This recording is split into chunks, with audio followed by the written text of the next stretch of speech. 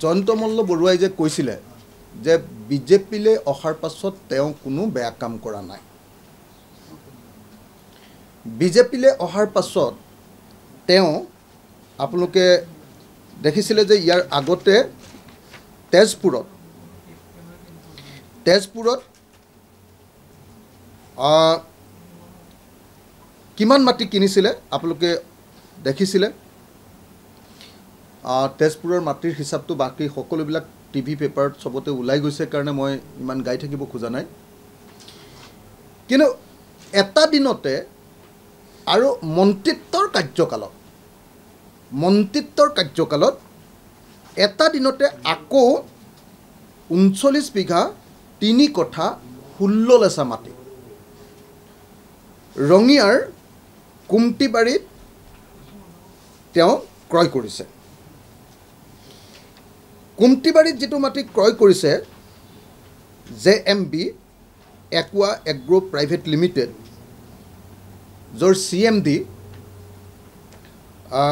Managing director, য'ত MD হ'ল মন্ত্ৰীপত্নী জুলি ডেকা বৰুৱা, তাত কুমটিবাৰী গাঁৱৰ পট্টা নম্বৰ 7 নম্বৰ 146, 145, 300, 302 এইকেইটা দাগ, 301, 628, 626, 249 দাগ।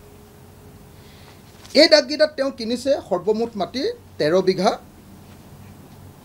2 কঠা 17 লোচা। আপোনালোকে ক'ব পাৰে যে এইবিলাক হিচাপ মই এনে দি আছোঁ, তেওঁৰ মাটিৰ সম্পূৰ্ণ পট্টা, মানে প্ৰত্যেকখন কাগজ পট্টা লৈ আপোনালোকৰ সন্মুখত কৈ আছোঁ। এইখিনি জমাবন্দী, মানে চৰকাৰী ডকুমেণ্ট আপোনালোকক মই দেখুৱাই আছোঁ। এইটো যদি আপোনালোকে চাই, জিলা কামৰূপ, চক্ৰ কঞা, ৰেভিনিউ চাৰ্কলটোৰ নাম কঞা, গাঁও কুমটিবাৰী, জৰিফুৱা গাঁৱৰ জমাবন্দী ফৰ ছাৰ্ভেড ভিলেজ। লটটো হ'ল 8 নং লাট, কামৰূপ জিলা, ৰঙিয়া চাব ডিভিজন, চাৰ্কুলনৰ নাম কঞা, মৌজাৰ নাম পাণ্ডুৰী আৰু গাঁওখনৰ নাম কুমটিবাৰী, পট্টাৰ টাইপটো হ'ল নিস্পি খিৰাজ। ইয়াত কাৰ পৰা মাটি কিনিছে, প্ৰত্যেকটো বিঘা, প্ৰত্যেকটো কঠা যাৰ পৰা মাটি কিনিছে, প্ৰত্যেকটো কঠাৰ ইয়াতে মাটিৰ পট্টা আছে, জমাবন্দী কপি বুলি যাক কয়। ইয়াৰ কপি আপোনালোকৰ সন্মুখত মই তুলি ধৰিছোঁ। ইয়াত ক'ত কিমান তুলিছে তাৰ এখন লিষ্ট মই আগফালে লিখি আপোনালোকৰ কাৰণে উলিয়াই দিছোঁ।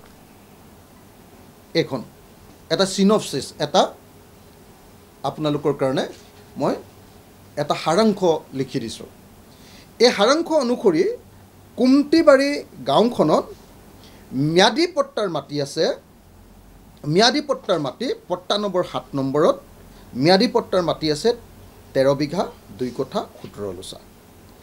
11 নম্বৰ পট্টাৰ 247 নম্বৰ দাগ, 246 নম্বৰ দাগ, 245 নম্বৰ দাগ, 173 নম্বৰ দাগ, 174 নম্বৰ দাগ, 30 নম্বৰ দাগ, এইকেইটা দাগত মুঠ মাটি আছে 10 বিঘা 1 কঠা 0 লোচা। তাৰপিছত 13 নম্বৰ যিখন পট্টা তাৰ 415 নম্বৰ দাগ আৰু 633 নম্বৰ দাগ। এইটো জয়ন্ত মল্ল বৰুৱাৰ company JMB একুৱা agro private limited. সেই কোম্পানীটোৰ নামত আছে 2 কঠা 14 লোচা মাটি।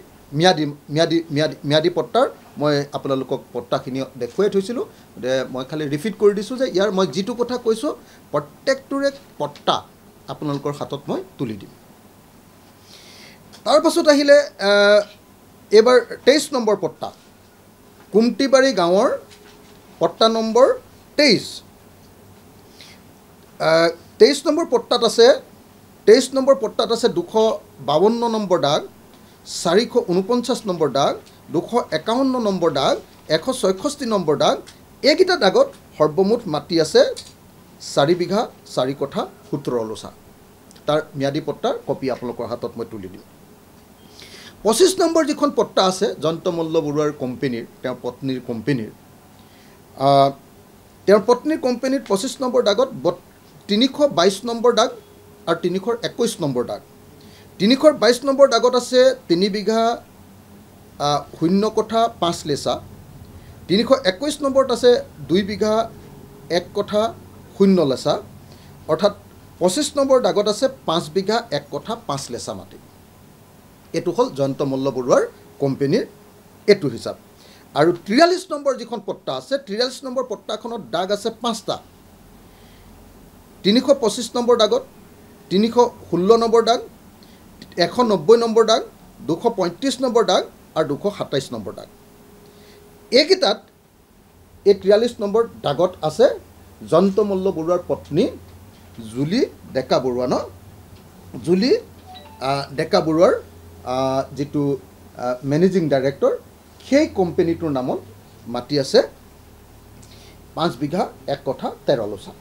মুঠতে জুলি ডেকা বৰুৱাৰ কোম্পানীটো JMB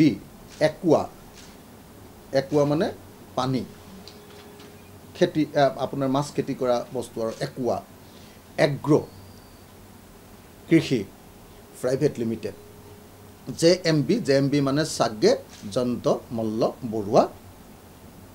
মই নাজানো JMB বুলিয়ে লিখা আছে, তাত জয়ন্ত মল্ল বৰুৱা বুলি লিখি থোৱা নাই। JMB মানে আৰু কোনেনো নাজানিব, যদি ৱাইফ যদি আৰু আপোনাৰ তাত MD হয় তেতিয়াহ'লে নিশ্চয় JMD মানে জয়ন্ত মল্ল বৰুৱা। জয়ন্ত মল্ল বৰুৱাৰ যিখন মানে ফাৰ্ম, সেই ফাৰ্মখনত এই অকল ৰঙিয়াৰ, মই আকৌ কৈ দিছোঁ, ৰঙিয়াৰ কয়া ৰাজহ চক্ৰৰ কুমটিবাৰী ৰাজহ গাঁৱত ম্যাদী পট্টাৰ মাটি আছে 39 বিঘা 4 কঠা 6 লেচা। 39 বিঘা 3 কঠা 16 লোচা, 39 বিঘা 3 কঠা 16 লোচা। 39 বিঘা 3 কঠা 16 লোচা মানে প্ৰায় 40 বিঘা মাটি ম্যাদী পট্টা আছে। আৰু সেই প্ৰায় 40 বিঘা মাটিৰ ম্যাদী পট্টাৰ প্ৰত্যেকখন পট্টা মই আপোনালোকৰ হাতত আজি সাংবাদিকৰ হাতত তুলি দিছোঁ।